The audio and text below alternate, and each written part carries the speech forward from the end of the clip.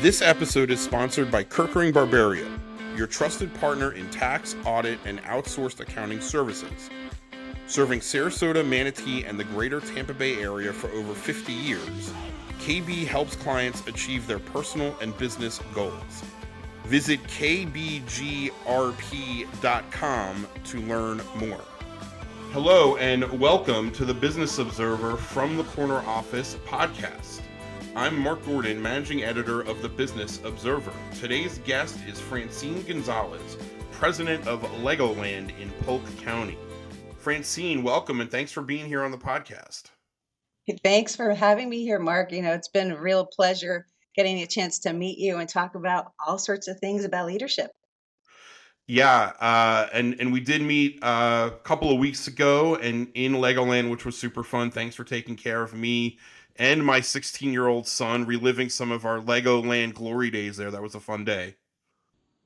Hey, Lego really knows no age. You can be an adult, you can be a kid. Who doesn't love Lego? 100%, yes. Awesome. All right, so I want to start a little bit about the beginnings of your career. We talked a little bit about this and for the story that we wrote in the Business Observer, but I don't know what a traditional career path is for an amusement park president, but yours certainly sees non-traditional. So tell us a little about your origin story and how you got into this line of work. Yeah, it's a bit of a funny story. My first job was being a pool technician at a local water park. So my mom was a teacher, and during the summers she would work in accounting at the local water park. That way we could all get season passes, and of course we absolutely loved that. Except we probably bugged my mom too much. But the funny part was my sister was a lifeguard, my mom worked there, and my mom said it's time for you to get a job. I'm like, okay, now I can go. And my dad would drop me off at 6 o'clock in the morning, and I have to get in these freezing cold pools and vacuum all the pools before the park opened. And back then, the labor laws were I could work 4 hours. So I'd work from 6 to 10. And it was great because then I just play in the park the rest of the day. And at 14 years old, like really hanging out in the water park until my mom got off of work and then she would take me home. And so I did that all summer and I thought, okay, well, this is great. I got a job. I'm having fun. I love swimming. And just trying to, I think I was getting paid $2.50 an hour. I think that was minimum wage at the time. So kind of amazing if you look at it back to today. But then after that, it was every single summer I would go back to the same water park, and I became a lifeguard, and then a supervisor, and then a manager, and then a director. And simply put, I thought this was going to be the summer job. I thought this was just going to be the summer job while I go through high school. I never even intended it for college, but I ended up going back every summer for college. And really, what ended up happening is the owner of that one park was really one of my greatest mentors, and I didn't know it at the time. By the way, you never really know it's your mentor until many years later. But yeah, I was getting ready to go to med school. I wanted to go study for the MCAT and do all those exams. And he says, "Well, why don't you just stay on with us full time, and you can study for the MCAT?" I'm like, "Oh, that's a great idea. I can get paid and go study." And I ended up going to a World Water Park show, and I realized that water parks were all over the world. I thought, oh my goodness, this great job that I have so much fun in, and I can do this anywhere. And I think that was it. That's when I said, "Hey, mom, I'm not going to go to med school. I'm going to stick around in water parks." And I'm sure she was not that happy about it at first, but I think mostly because she didn't understand. But it was probably the best decision I ever made. Yeah, it's sounds like a really the beginnings of a really interesting career. And tell us a little bit about that. You've done a couple of different things in the industry, working sort of in on the supplier vendor side, and then obviously in the amusement park side as well. What were some big obstacles you overcame in your career to get where you are today? Well, I guess it's kind of starting off that one water park where I was working. I was I had been progressing in my career all through high school and college. So most people get out of college, then they start their job, and then they establish their experience. I already had like 10 years of experience doing this thing by the time I was finished with college. So so I was able to kind of leapfrog into higher positions much quicker. And I think one of the things that was an obstacle for me was my age. There was a lot of perception. I remember going in to help a customer, and the guy was saying, I want to talk to the manager. And I said, well, I am the manager. And he says, what grade are you in?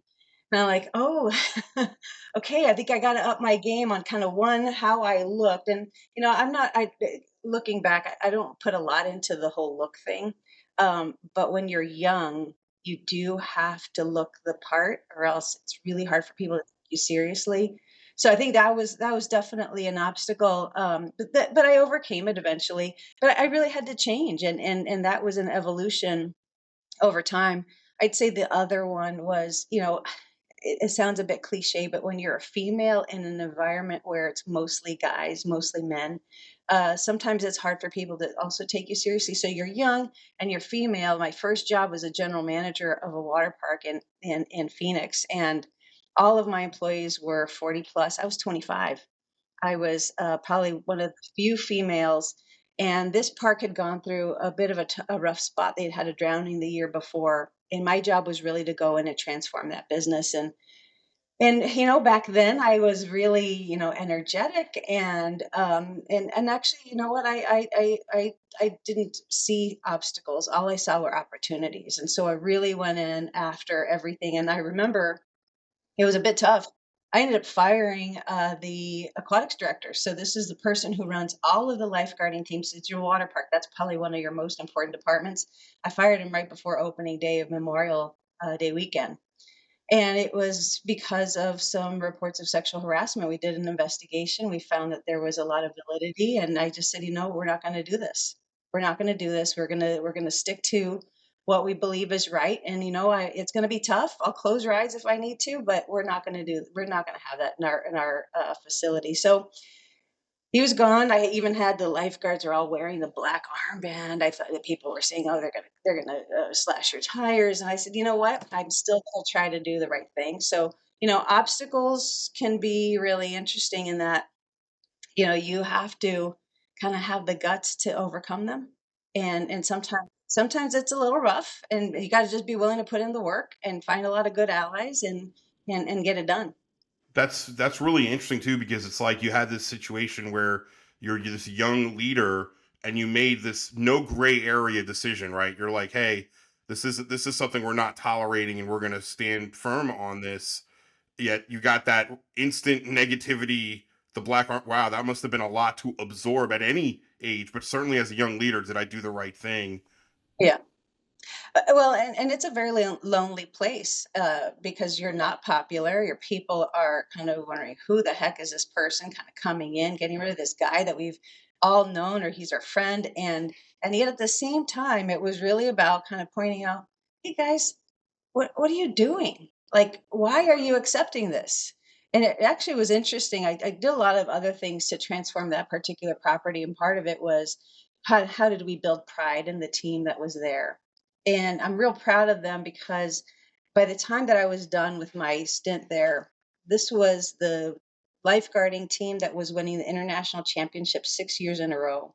They were at the top of their game. They had some of the best scores ever, but most of it was about building out that discipline that just said, our job is to watch water so that nobody dies. And when those are the stakes, you learn real quick that the training and the discipline is really important. And so, real proud of that team. But I think they saw it. They saw it that the character of the team and the team dynamics really mattered. Yeah. Well, and before we get to Legoland, some things happening. I want to go back a little bit. You mentioned your mentor, and he sounds like a fascinating individual. We talked a little bit about him, and I did a little research on him for the story that I wrote on you and your career.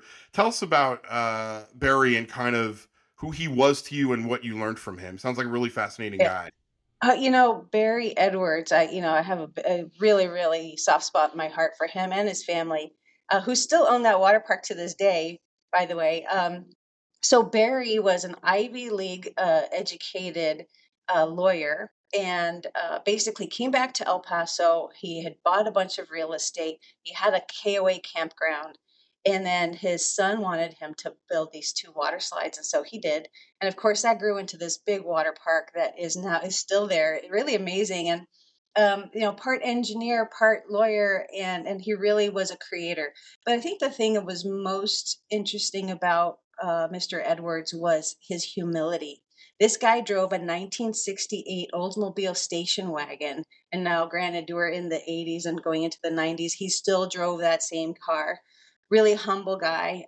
He had a lot, but he didn't ever show that he had a lot. It was really about him building this place where he could employ people.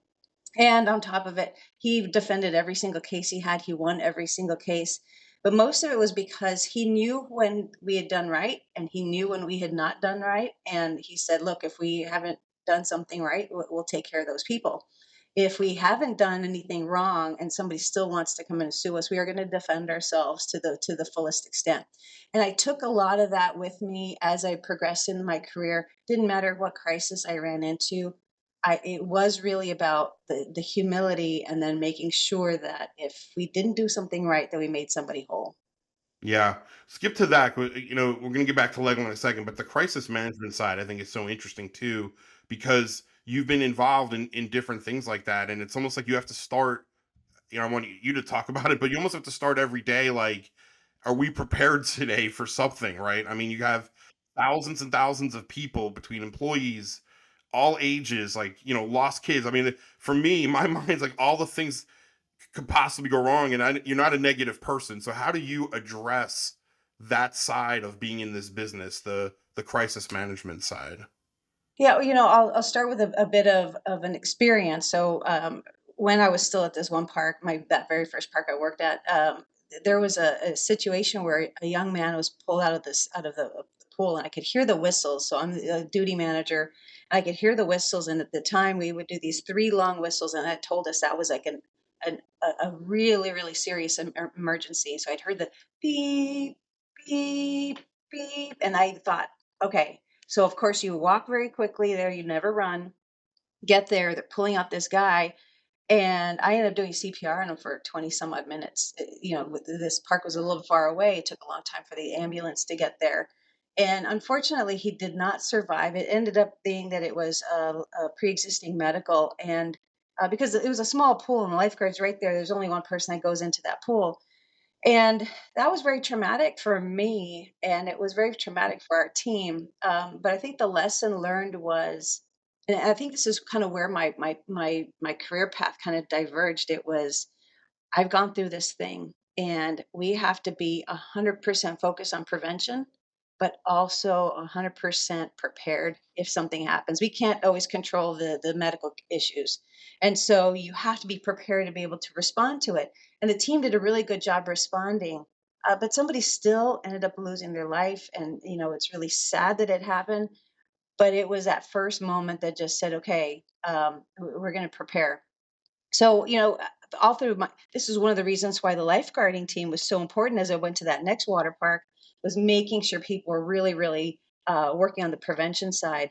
But the preparedness piece is also really critical, and everywhere I've gone, we've focused in on that.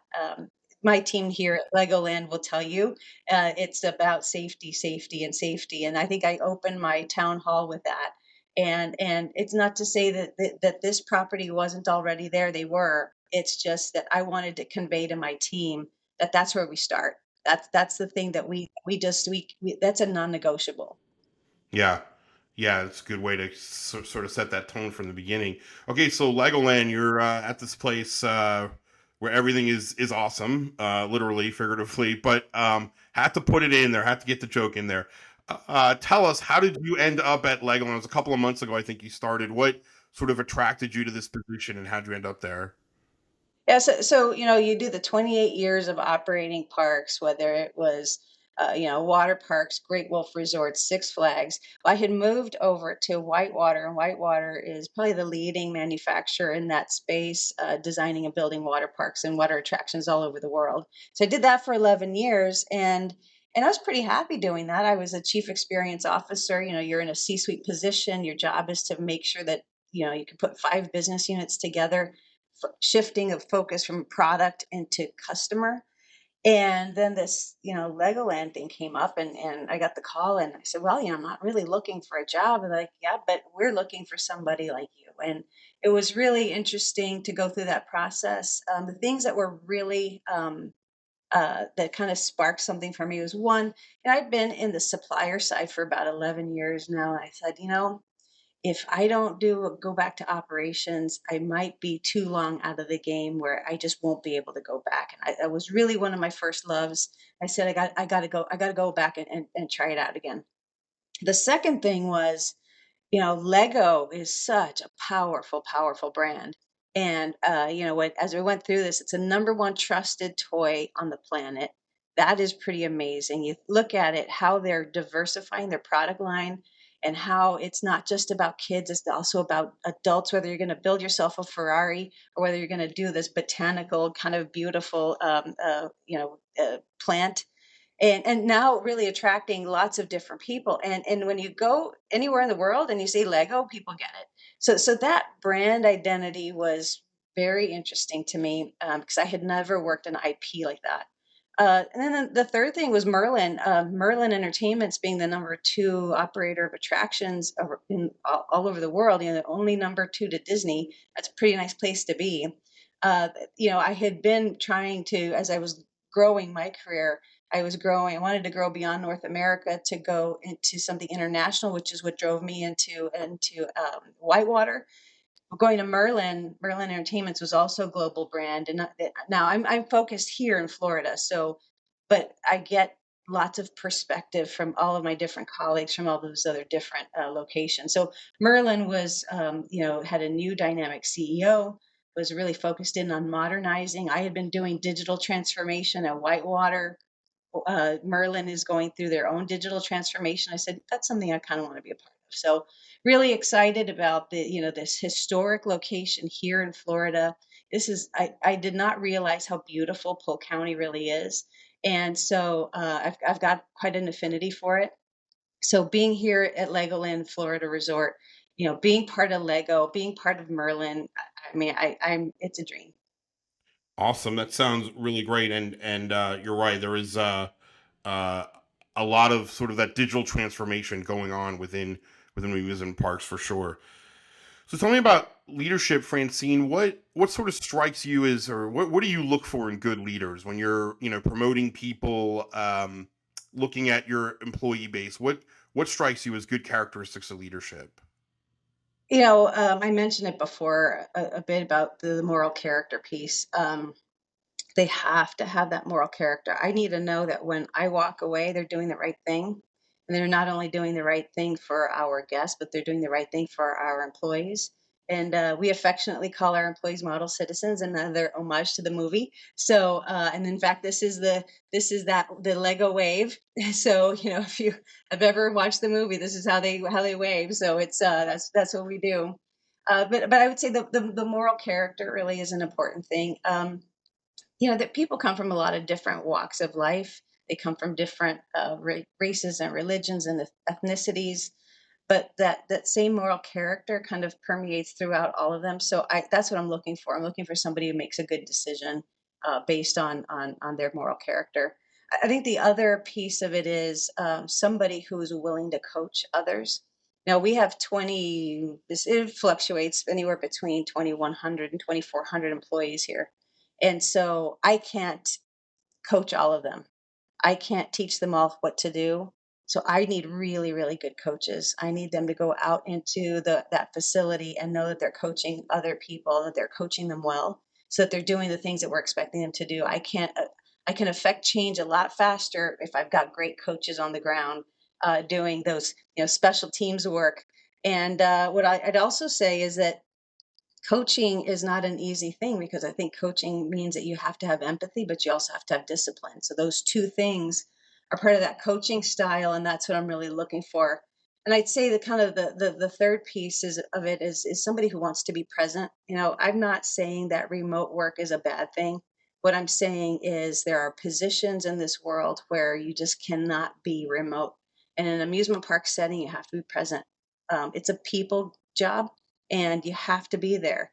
That person getting on the ride is present. we also have to be present. And so that means management has to be present in the park. It means our supervision has to be present for our employees so that they know that there's a support system for them. And then our people have to be present. That's why we want them to be, face to face, looking eye to eye, smiling, and making that really, really special connection to people. So being present, I think, is a really important part of what we do. Yeah, and we'll go back. So you said something interesting, right? It's the number two is like the connection between the empathy and the discipline, right? Empathy and accountability as a leader. I know I personally, I don't want to say struggle, but that's something I always try and be better at, right? Because you want to be empathetic, but you're trying to hold somebody accountable because they have a certain job to do, and you need that job done for your team, right? We need those stories. You need, whatever reports or things you're working on. How do you, as a manager, as a leader, how do you balance empathy and accountability when you're leading people? For me, it's kind of that setting that expectation. Like, this is where the bar is, and my job is to help you to rise up to meet it. Now, if you're not hitting the bar, I'm never going to let you, I'm not giving you a lot of slack. Now, if something happens in your life and you need a little bit of time, absolutely 100%, because I care about you, because I have that empathy. But believe me, my job is to help you rise up to meet that bar. I don't never lower the bar just because something else is happening. So it really is a balance. I try to make sure that people understand that I care about them.